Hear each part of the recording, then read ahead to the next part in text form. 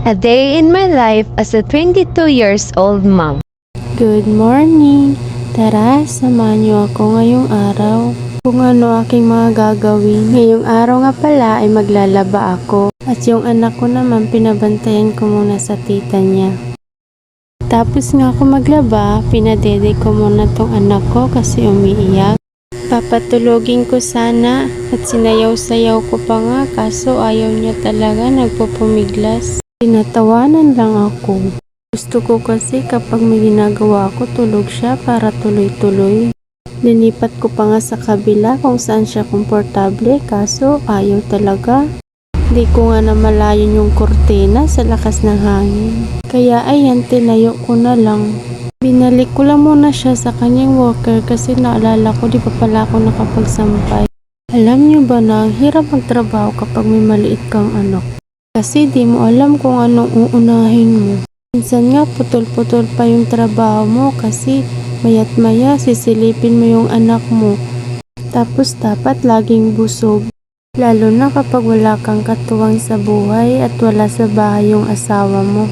Swerte ka na lang talaga kung may mga kasama ka sa bahay mo. At para kahit papano may tumitingin sa anak mo kahit may ginagawa ka. Pero sabi nga nila, be thankful pa din. Kasi hindi tayo pinapabayaan ni Lord, nagagampanan pa rin natin ang pagiging ina at nagagawa pa rin natin yung mga gawaing bahay. Alam kong hindi ako nag-iisa, may ibang mami din dyan na patuloy na lumalaban. Kahit nahihirapan na lumalaban pa din para sa kanilang mga anak.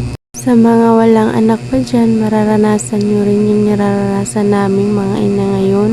To all mother out there, laban lang po tayo, walang susuko. Hanggat kaya natin, go lang ng go. At tama na nga ang daldal natin. At pagkatapos ko nang magsampay, pinadede ko na tong anak ko at matutulog na nga. Sinayaw-sayaw ko pa nga yan dyan kasi antok na. Matututo ka talagang sumayaw kapag magkaroon ka ng anak. Kahit di ka marunong sumayaw, believe me. After 1 year nga ng pagsasayaw ay nakatulog na rin. Habang siya nga ay tulog, ako na may maliligo, sasamantalahin ko ang oras habang siya ay tulog. Para mamaya pagising siya naman yung paliguan ko. Dito nga ako sa labas naligo kahit malamig. Komportable kasi maluwag.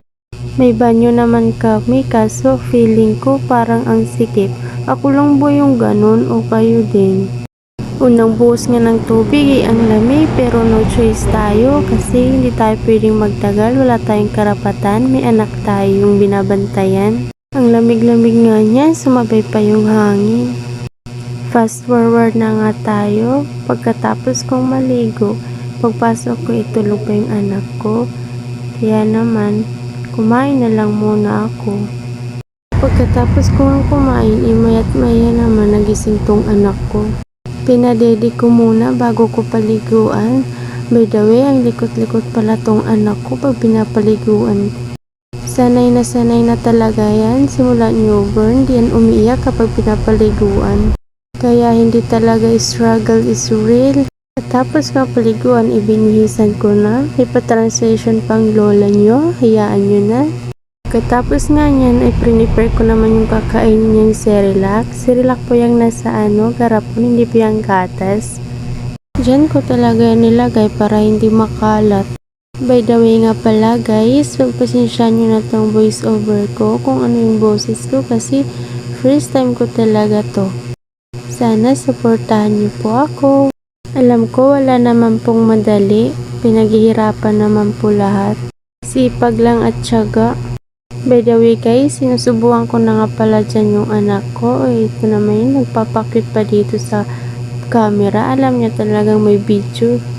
At dito na nga po nagtatapos ang ating video guys. Sana po supportahan niyo po ako at ang pamilya ko. Maraming salamat po. Bye!